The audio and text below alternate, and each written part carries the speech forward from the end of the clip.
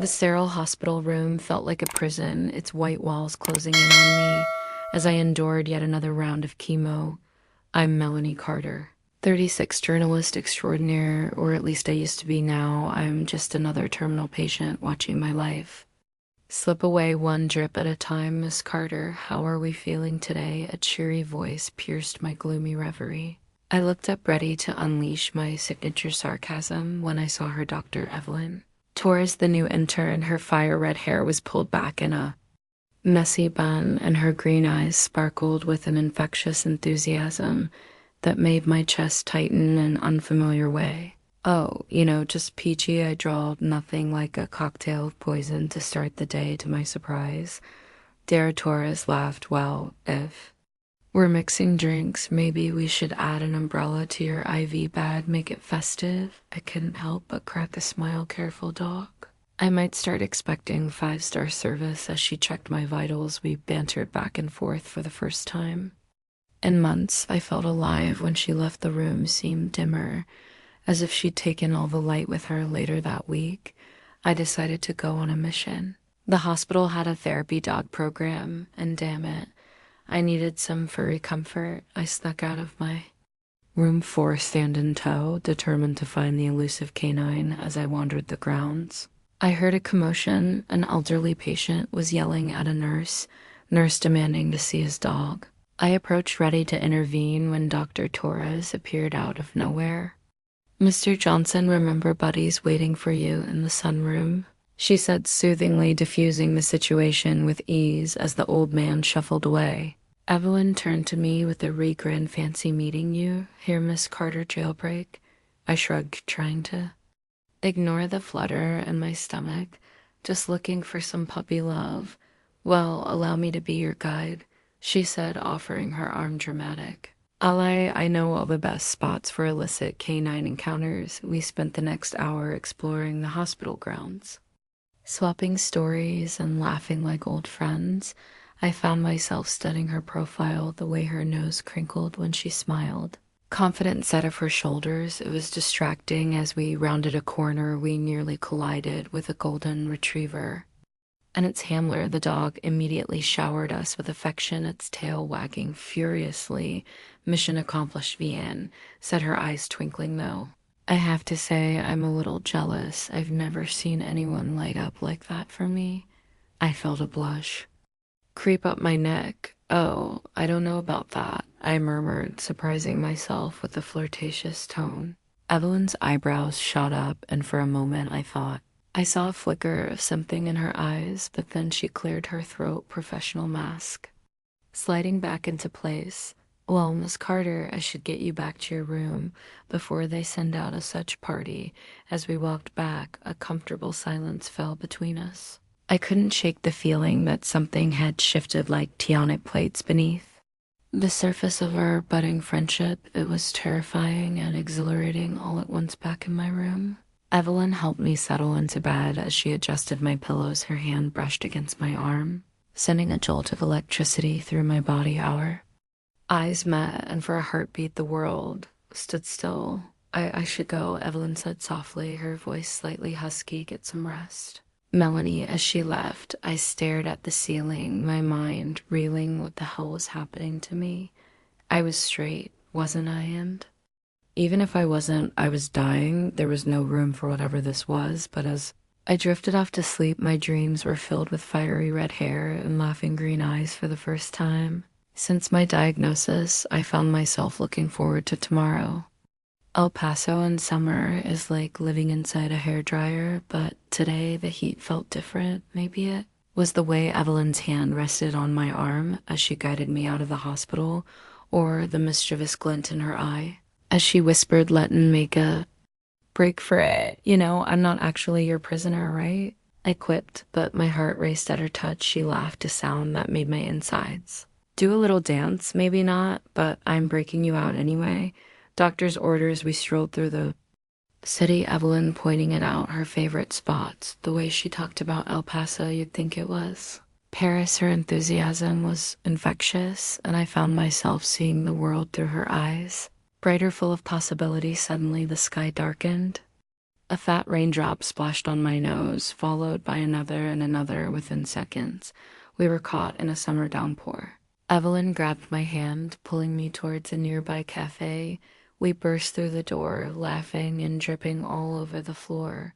The car was small, intimate. The smell of coffee and cinnamon enveloped us as we slid into a cozy booth. Evelyn's red hair was darker when wet, clinging to her face in a way that made my fingers itch to brush it aside, so she said, leaning forward conspiratorially. "What's your story, Melanie Carter?"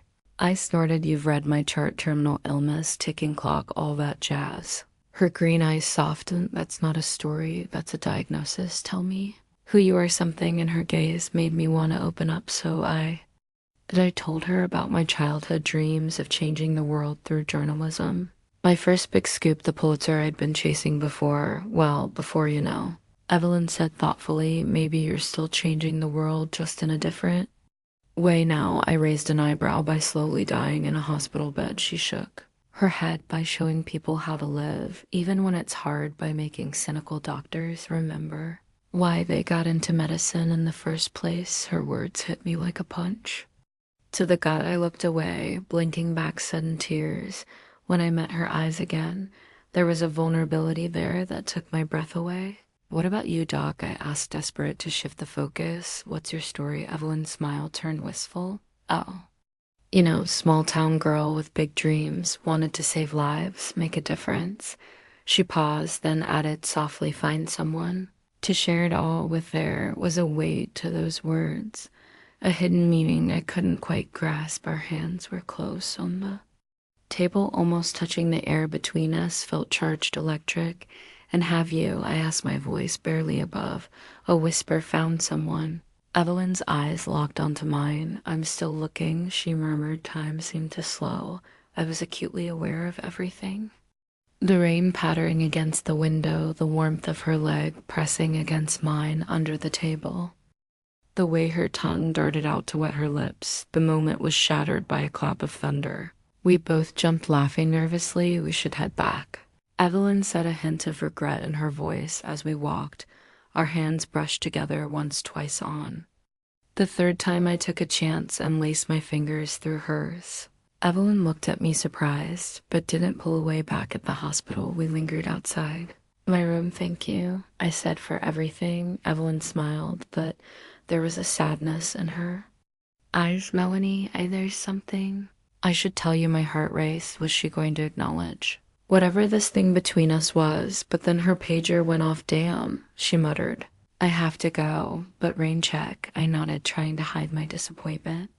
As she walked away, I called out, "Hey, Evelyn." She turned, eyebrow raised. "Next time, let's skip the actual rain, okay?" Her laughter echoed down the hallway, a promise of more to come that night.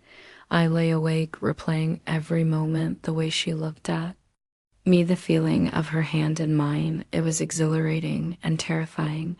I'd never felt this way about a woman before. Hell, I'd never felt this way about anyone before, but the cold reality of my situation crept in. I was dying. Whatever this was, it could only end in heartbreak for both of us. As I drifted off to sleep, I made a decision. I had to push Evelyn away for her own good, no matter how much it hurt. But in my dreams, we were back in that cafe, and this time when she leaned in close, I closed the distance between us. In my dreams, I was brave enough to kiss her, to tell her how she made me feel. In my dreams, we had all the time in the world. I never expected to find myself at a feminist rally while hooked up to a portable for butt. Life's funny that way. My editor had caught wind of the event, and in a misguided attempt at compassion, assigned me to cover it. "It'll be good for you," he said. "Get out of that damn hospital for a bit." Little did he know how out I'd already been. The crowd was a sea of pink hats and handmade signs. I felt out of place, a bald interloper in a hospital gown. But then I saw her, Evelyn, her red hair ablaze in the afternoon sun, leading a chant with fire in her eyes. "My body, my choice," the words echoed through the square, and I felt a surge of something, pride, attraction, both. I hung back, scribbling notes and trying to ignore the way my heart raced. Every time Evelyn's voice rose above the crowd, this was work. I reminded myself nothing more. But then our eyes met across the sea of protesters. Evelyn's face lit up with recognition, then quickly fell. She looked caught out guilty almost before I could react. She was swallowed up by the crowd. I spent the next hour trying to focus on the rally, but my mind kept drifting back to Evelyn. Why had she looked so uncomfortable?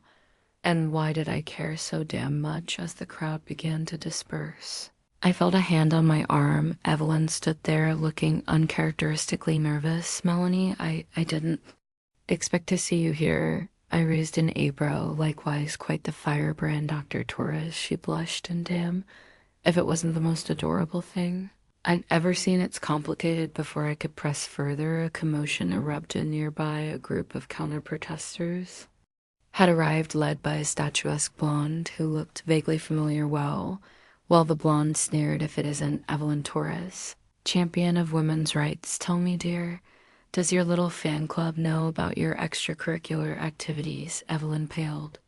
Sarah don't, but Sarah was on a roll. Did you tell them how you infiltrated our organization? How you played me, used me all for your precious? 'Cause the words hit me like a sucker punch. Evelyn, a double agent? It seemed impossible, and yet that's not how it was. Evelyn pleaded, her voice breaking. Sarah, please save it. Sarah spat. You're nothing but a liar and a traitor. Something snapped inside me. Maybe it was the journalist in me, hungry for truth. Maybe it was something else entirely, but suddenly I was between them, my forced hand brandished like a weapon. Back off. I growled, whatever happened between you two is ancient history. Evelyn's here now, fighting for what's right. That's what matters. Sarah looked me up and down, contempt dripping from every pore. And who the hell are you? I straightened up, summoning every ounce of my pre-cancer badassery. I'm Melanie Carter, and I'm writing a story about this rally, so unless you want to be the villain in tomorrow's headline, I suggest you walk away for a moment. I thought she might hit me, but then she sneered and turned on her heel, her minions trailing behind her. As the adrenaline faded, I felt my knees go weak. Evelyn caught me before I could fall, her arms strung around my waist. Are you okay? She asked, her voice thick with concern. I nodded, not trusting myself to speak. We made our way back to the hospital in silence, the weight of unspoken words hanging heavy between us in my room. Evelyn helped me into bed, her touch gentle but hesitant. When she finally spoke, her voice was barely above a whisper. I owe you an explanation. I held up a hand. You don't owe me anything. I do, she insisted. Melanie, I've never told anyone this, but she took a deep breath. I used to be part of an anti-feminist group. I thought they were about empowering women, but it was all toxic masculinity and disguise. When I realized the truth, I couldn't just walk away. I had to do something. The pieces started to fall into place. So you became a double agent? Evelyn nodded, her eyes shining with unshed tears. I fed information to feminist organizations, helped expose the group's true agenda. Sarah was collateral damage. I reached out, taking her hand in mine. You did the right thing. She squeezed my hand, a sad smile playing at her lips. Did I sometimes? I'm not so sure. We sat in silence for a moment, the air thick with emotion. Then, without warning, Evelyn leaned in and wrapped her arms around me. I stiffened at first, then melted into her embrace. Thank you, she murmured against my neck, for defending me, for everything. I pulled back slightly, our faces inches apart. The urge to kiss her was overwhelming, but then reality came crashing back. I was dying. She was my doctor. This could only end in heartbreak. Evelyn, I said softly, we can't. I know, she interrupted, her voice barely a whisper. I know. She stood up abruptly, smoothing out her scrubs. I should go get some rest, okay? As she reached the door, I called out, Hey, Evelyn. She turned her eyes, meeting mine. For what it's worth, I think you're pretty damn heroic. A smile bloomed across her face, bright as the sun after a storm, and as she left, I realized with startling clarity that I was in deep, deep trouble, because despite every rational thought in my head, I was falling hard for Evelyn Torres, and there wasn't a damn thing I could do about it. The hospital at night is a different world. Shadows lurk in corners, and the hum of machines becomes a lullaby for the sleepless. I was one of those insomniacs, staring at the ceiling and wondering how the hell I'd gotten here. Not just the cancer part, that was old news. No, I was wondering how I'd managed to fall for my doctor. A female doctor talk about a plot twist. A soft knock interrupted my existential crisis. Evelyn poked her head in her red hair, a mess and dark circles under her eyes. Hey, she whispered, you awake? No. I always stare at the ceiling with my eyes open when I sleep. I quipped it's a new therapy, very cutting edge. She rolled her eyes, but I caught the smile. She tried to hide smart ass scoot over before I could process what was happening. Evelyn was sitting on my bed, her thigh pressed against mine. The contact sent a jolt through my body that had nothing to do with my illness. Rough night, I asked, trying to keep my voice steady. She sighed, running a hand through her hair. You could say that. I can't stop thinking about everything. Everything hung in the air between us, heavy with unspoken meaning. Evelyn, I started, but she cut me off. No, I need to say this. She took a deep breath.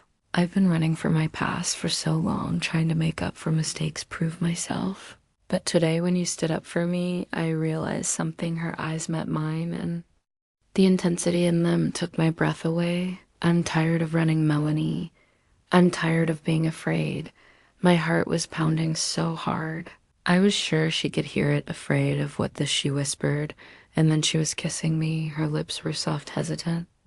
At first, then growing bolder as I responded. My hands found their way into her hair, pulling her closer. It was everything I'd imagined and nothing like I'd expected. It was perfect. When we finally broke apart, both breathless, reality came crashing back. I muttered. Evelyn's face fell. I'm sorry, I shouldn't have. No.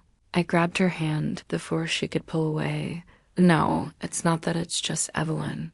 I'm dying. The words hung in the air. Stark and ugly, I know, she said softly. No, you don't understand. I'm dying. Whatever this is between us, it can only end one way, and it's not fair to you. Evelyn cued my face in her hands, forcing me to meet her gaze. Life isn't fair, Melanie. If it was, you wouldn't be sick, but we don't get to choose our circumstances. We only get to choose how we face them. I tried to look away, but she wouldn't let me. I know you're scared. I am too, but I'd rather have a short time with you than a lifetime of wondering what if. Her words broke something open inside me. Tears I'd been holding back for months spilled over. I don't want to hurt you, I choked out. Oh, Melanie, she whispered, pulling me into her arms. You could never hurt me more than losing you without ever having you with. We stayed like that for what felt like hours, holding each other as I cried. When I finally pulled back, Evelyn's shirt was soaked, but she was smiling. Feel better? She asked, brushing a stray tear from my cheek. I nodded, suddenly exhausted. Stay with me. The words slipped out before I could stop them. Evelyn hesitated. I shouldn't. If anyone found out, please, I said softly, just until I fall asleep. She bit her lip, then nodded okay, but just for a little while as she settled in beside me. I felt a peace I hadn't known in months. Her arm draped over my waist, her breath warm on my neck. For the first time since my diagnosis, I felt truly alive. Evelyn, I murmured, already half asleep. Thank you for being brave enough for both of us. She pressed a soft kiss to my shoulder. Always I drifted off to the steady rhythm of her heartbeat, dreaming of a future I knew I'd never see. But for now, in this moment, it was enough. When I woke the next morning, Evelyn was gone, but a note on my pillow made me smile. Melanie, last night wasn't a dream, and I meant every word. Yours, if you'll have me, Evelyn. I clutched the note to my chest, torn between elation and terror. What the hell were we doing? This could only end in heartbreak, and yet, as if summoned by my thoughts, Evelyn appeared in the doorway, all professional demeanor and crisp white coat, but her eyes, when they met mine, were soft with something that looked a lot like love. Good morning, Miss Carter, she said, her tone formal, but a smile playing at her lips. How are we feeling today? I couldn't help but grin. Oh, ready to take on the world. And in that moment, I realized it was true. Whatever time I had left, I was going to live it fully with. Evelyn by my side, I could face anything, even death itself. As she checked my vitals, her fingers lingering. Just a moment too long on my wrist, I made a decision. I was all in consequences. Be damned, life was too short for anything else. Hey. D'Artois, I said as she turned to leave. She paused at the door, eyebrow raised in question. The answer is yes. Oh? Have you? The smile that lit up her face was brighter than the sun, and as she left a spring in her step, I felt something I hadn't felt in a long time: hope. The next few weeks were a blur of stolen moments and secret smiles Evelyn and I danced around. Each other, our connection growing stronger with each passing day, but we were careful. So careful not to cross any lines that couldn't be uncrossed, at least. Not within the sterile walls of the hospital. Then came the night that changed everything. I was dozing when a gentle shake woke me. Evelyn stood there, eyes sparkling with mischief. Get dressed, she whispered. I have a surprise for you if it's another round of chemo. I'm filing a complaint, I grumbled, but I was already reaching for my clothes. She led me through the quiet corridors, past sleeping patients and tired nurses. We took the elevator to the roof, and as the doors opened, I gasped. The entire rooftop had been transformed. Fairy lights twinkled overhead, creating a canopy of stars. A plush blanket was spread out, surrounded by pillows, and what looked suspiciously like a picnic basket. Evelyn, I breathed. What is all this? She smiled, a hint of nervousness in her eyes. I thought we could do some stargazing, the real kind, not just the glow and the dark stars on your hospital ceiling. As we settled onto the blanket, Evelyn pointed out constellations, her voice soft and full of wonder, but I found myself watching her instead of the sky, mesmerized by the way the lights danced.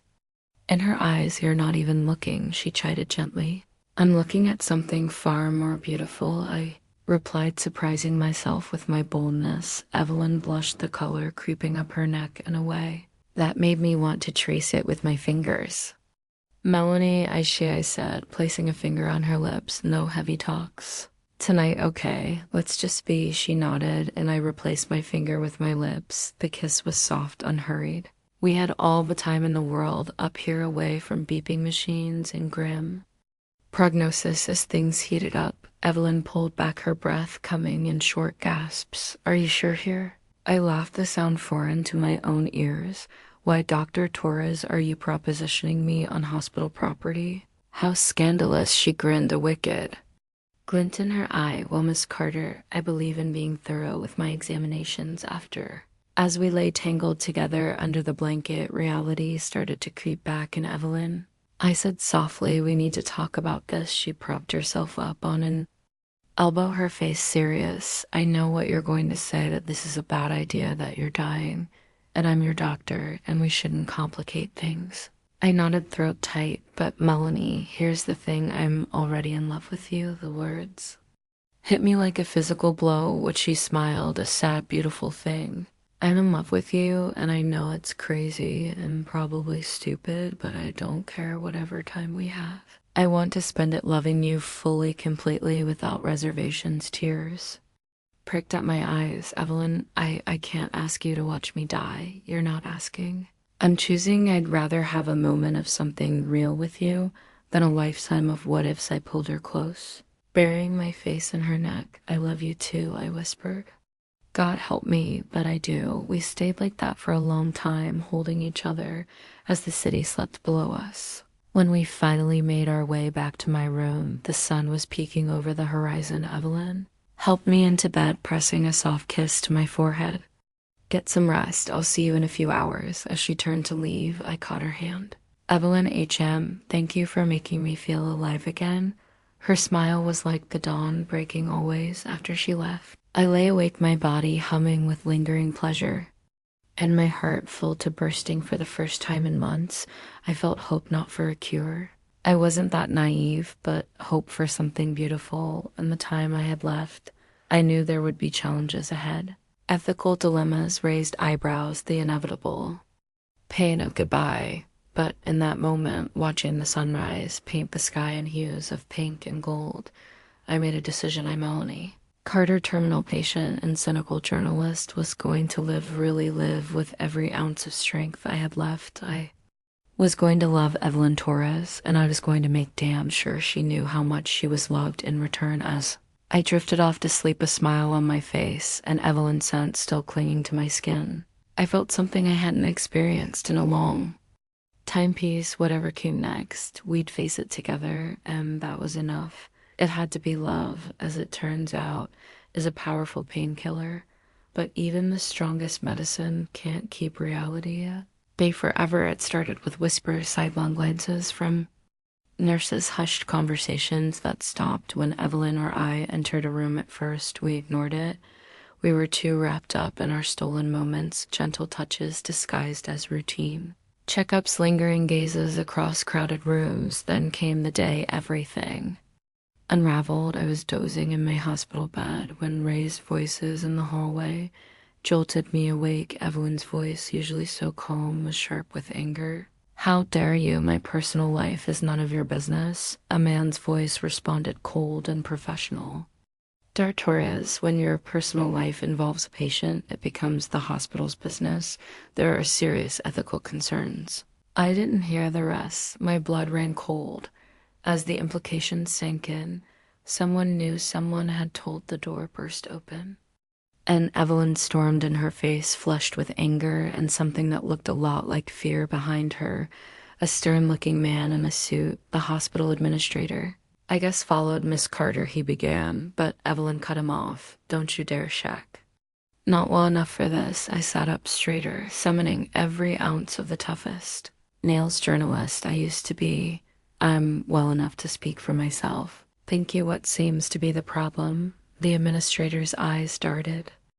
"Between Evelyn and me, Miss Carter, we have reason to believe that Dr. Torres has compromised her professional relationship with you. If this is true, I'm afraid we'll have to reassign your care." The room spun. "Reassign my care? Take Evelyn away? Like, hell you will," I growled. "Melanie, don't." Evelyn started, but I was on a roll. "Listen here, Mr. Whatever your name is, the Dr. Tessis, the best damn doctor in this hospital. She's the reason I'm still fighting. If you take her off my case, you might as well sign my death warrant right now." The man looked taken aback. "Miss Carter, I understand you're upset, but there are protocols." "Screw your protocols." I was shouting now, months of pent-up frustration pouring out. "I'm dying. Do you understand that? I'm dying, and Evelyn, Dr. Torres, is the only thing keeping me alive, not just physically." But I trailed off, tears threatening to spill over. Evelyn moved to my side, taking my hand. "To hell with hiding," I thought, and squeezed back. "Sir," Evelyn said, her voice steady, "I understand your concerns, but I assure you my feelings for Melanie have only made me a better doctor and more invested in her care, more attentive to her needs. If that's a crime, then I'm guilty, but I won't apologize for it." The administrator looked between us, his expression unreadable. Finally, he sighed. "This is highly irregular. There will need to be an ethics review, and Dr. Torres, you'll be under close supervision, but for now, we'll maintain the current care arrangement." As he left, Evelyn collapsed into the chair beside my bed. "Well," she said with a weak laugh that could have gone better. I tugged her hand, pulling her close. "Hey, we'll figure this out, okay? Together." She nodded, but I could see the worry in her eyes. "Melanie, if this affects your treatment, stop," I said firmly. "You heard the man. You're still my doctor, and more importantly, you're still mine. The rest is just noise." Evelyn smiled, some of the tension leaving her shoulders. "When did you become the optimist in this relationship?" I grinned. "Must be your influence. You're rubbing off on me." Dr. Torres, her eyes darkened. "Is that so? Maybe I should rub off on you some more." But before things could heat up, my phone buzzed. It was my editor. "Melanie," his gruff voice boomed through the speaker. "Where's that oped?" I asked. "For the one about your journey or whatever." I rolled my eyes. "Still working on it, boss. Kind of busy staying alive over here. Well, hurry it up. People eat. This inspirational crap up could be your biggest piece yet."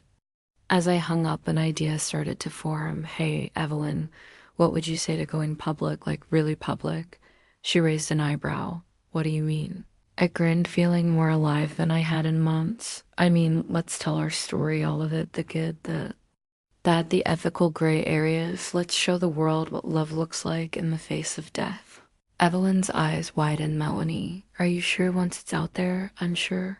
I said firmly, I'm tired of hiding, letting make some noise, and so we did over the next. Few days between treatments and stolen kisses, I poured our story onto the page. The fear, the hope, the love that defied all reason. I wrote about the ethical dilemmas, the raised eyebrows, the whispered judgments, but mostly I wrote about Evelyn, her kindness, her strength, the way she made me feel invincible, even as my body betrayed me when it was done. I sent it to my editor with shaking hands. This is it, I told. Evelyn, no turning back now. She kissed me softly, no regrets. I shook my head, not a single.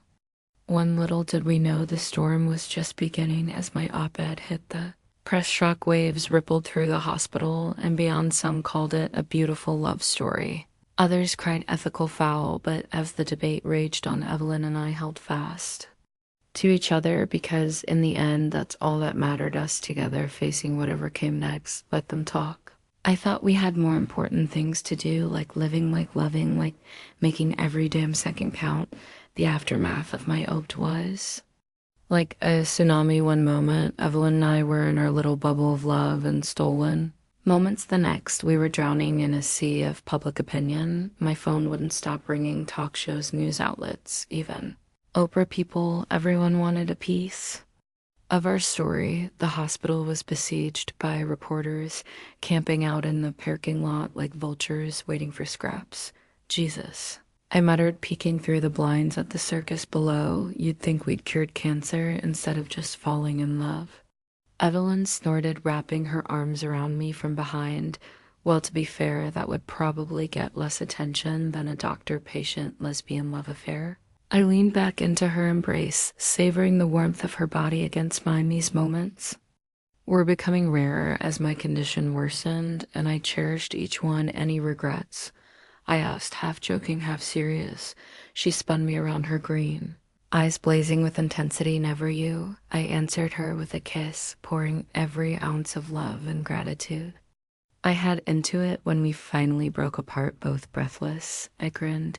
Does that answer your question? But our moment of peace was shattered by a commotion in the hallway. Evelyn's ex, Sarah, burst into the room, her face twisted with rage. She spat at Evelyn. Do you have any idea what you've done? Evelyn stepped in front of me protectively. Sarah, you shouldn't be here. Oh, I shouldn't be here. Sarah laughed, a harsh, bitter sound, but it's okay for you to air our dirty laundry to the whole world, to paint me as the villain in your little love story. I felt a pang of guilt in my opt I'd mentioned. Evelyn's past with the anti-feminist group, including her relationship with Sarah. I hadn't used names, but it wasn't hard to connect the dots. Sarah, I'm sorry I started, but she cut me off. Save it. I don't want to hear from the dying girl who stole my girlfriend. The words hit like a physical blow. Evelyn tensed, her voice low and dangerous. That's enough, get out. But Sarah wasn't done. She pulled out her phone, waving it like a weapon. You think your story is inspiring? Wait until people hear the whole truth about how you used me, manipulated me, how you're nothing but a liar and a cheat before either of us could react. She stormed out, leaving a wake of tension behind her. Evelyn slumped against the wall, her face pale. I reached for her hand, ignoring the twinge of pain the movement caused. Hey, it'll be okay. We'll figure this out. She looked at me, her eyes filled with a mix of love and anguish. Melanie, I'm so sorry. I never meant for any of this to touch you. I cued her face in my hands, forcing her to meet my gaze. Listen to me, we're in this together, remember? Whatever comes, we face it as a team. She nodded, pressing a soft kiss to my palm. What did I do to deserve? You must have been something terrible in a past life, I quipped, earning a weak laugh. But as the days wore on, the pressure mounted. Sarah made good on her threat, giving interviews that painted Evelyn as a manipulative liar. The hospital board called for another ethics review, and through it all, my body continued its slow, steady betrayal. One particular rough night, as I lay curled up in pain, Evelyn broke down. I can't do this, she sobbed, clutching my hand. I can't watch you suffer. I can't fix This I pulled her close, ignoring the protest of my aching muscles. You don't have to fix it, love. Just be here, that's enough. She looked at me, her eyes red-rimmed, that filled with determination. I'm not going anywhere, I promise, and she didn't through. The long nights and longer days through the pain, and the fear and the uncertainty, Evelyn was my rock. She held me when the pain was too much, made me laugh when I wanted to cry, and loved me fiercely through it all. As my strength waned, we found new ways to connect. Sometimes it was as simple as lying in bed together, her fingers tracing patterns on my skin as she told me about her day. Other times, when I felt up to it, we'd sneak up to our rooftop, haven making love under the stars with a desperation born of knowing our time was limited. It was during one of these stolen moments that I had an idea. Letting get married. I blurted out, still breathless from our love, making Evelyn propped herself up on an elbow, her eyebrows raised. What? I grinned, feeling reckless and alive. You heard me. Marry me, Evelyn Torres, right here, right now. She laughed, a sound of pure joy that made my heart swell. You're insane. We can't just. Why not? I challenged. We love each other. We're already facing the in sickness and in health part. Why wait? Evelyn smiled, soft, her eyes shining with unshed tears. Melanie Carter, you are the most infuriating, beautiful, amazing woman I've ever met, of course.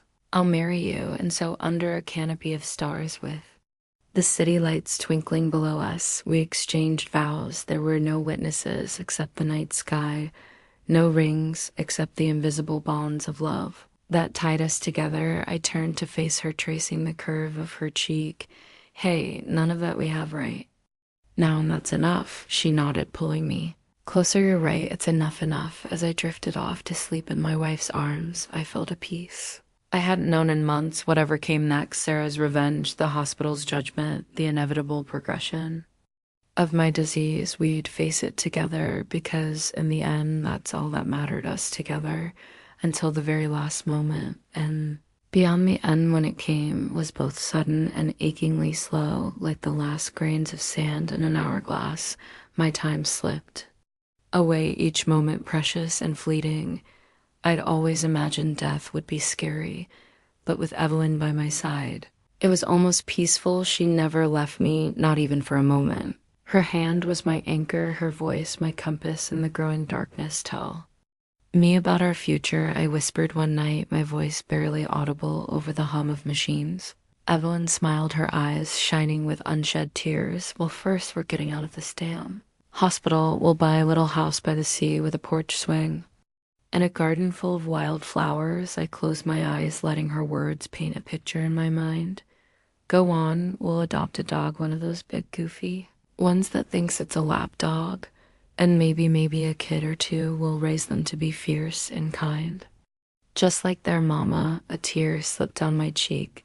They'll have your eyes and your sass, Evelyn chuckled, her voice thick with emotion. We spent hours like that, weaving a top of dreams we both knew would never come true. But in those moments, they felt real, tangible, life unlived, but no less beautiful for it. As my strength waned, I had one last request. I want to write something for you for after. Evelyn nodded, understanding without needing explanation. She brought me pen and paper, supporting me as I scrawled out my final words. When I finished, she sealed the letters without reading them, respecting my privacy. Even now, promise me you'll read them, I said. When it's time. She kissed my forehead, a gesture so tender it nearly broke me. I promised. The last day was a blur of pain and morphine-induced haze, but through it all, Evelyn's face was clear, her love a beacon in the encroaching darkness. I'm scared, I admitted in a rare moment of lucidity. Evelyn climbed into the bed beside me, cradling me against her chest. I've got you.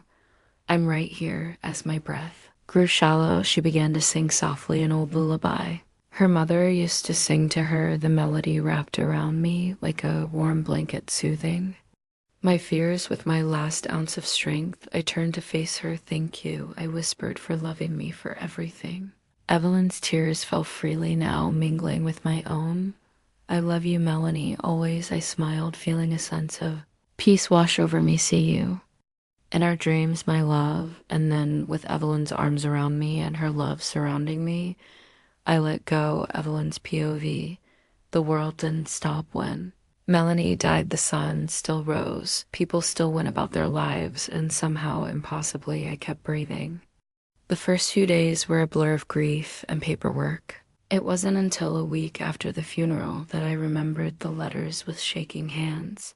I opened the first one: "My dearest Evelyn, if you're reading this, I'm gone, but please don't let that be the end of our story. You gave me a lifetime of love and the short time we had together. Now it's your turn to live travel the world, write that book you've always talked about, fall in love again, but not with anyone cooler than me."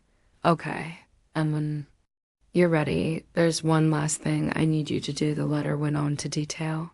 Melanie's final request. As I read, I felt a spark of the old fire she'd always ignited in me months past. I traveled, I wrote, I grieved, and finally, when I felt strong enough, I fulfilled Melanie's last wish. I stood at a podium facing a sea of eager young faces, medical students full of hope and ambition.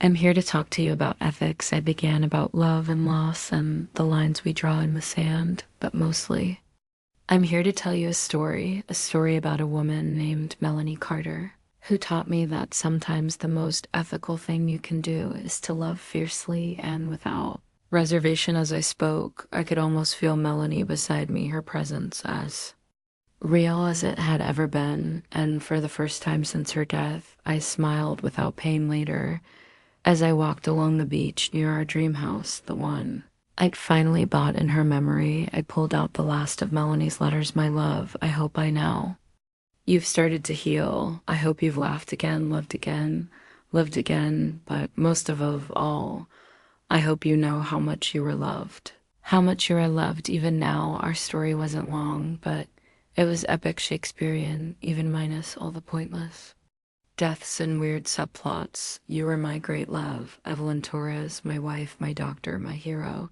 So here's my final prescription. Dar Torres, live not just for me, but for yourself. Be happy, be fierce, be the amazing woman I fell in love with. And on the days when it's hard, when you miss me so much, it hurts to breathe, remember this. I'm waiting for you in that house by the sea with our goofy dog and our sassy kids, and our dreams always yours. Melanie. As I folded the letter, a breeze picked up, carrying the scent of wild flowers. I closed my eyes, feeling closer to Melanie than I had in months. "I love you," I whispered to the wind, and somewhere in a place beyond pain and loss, I knew she heard me. Our story wasn't over, it was just beginning a new chapter.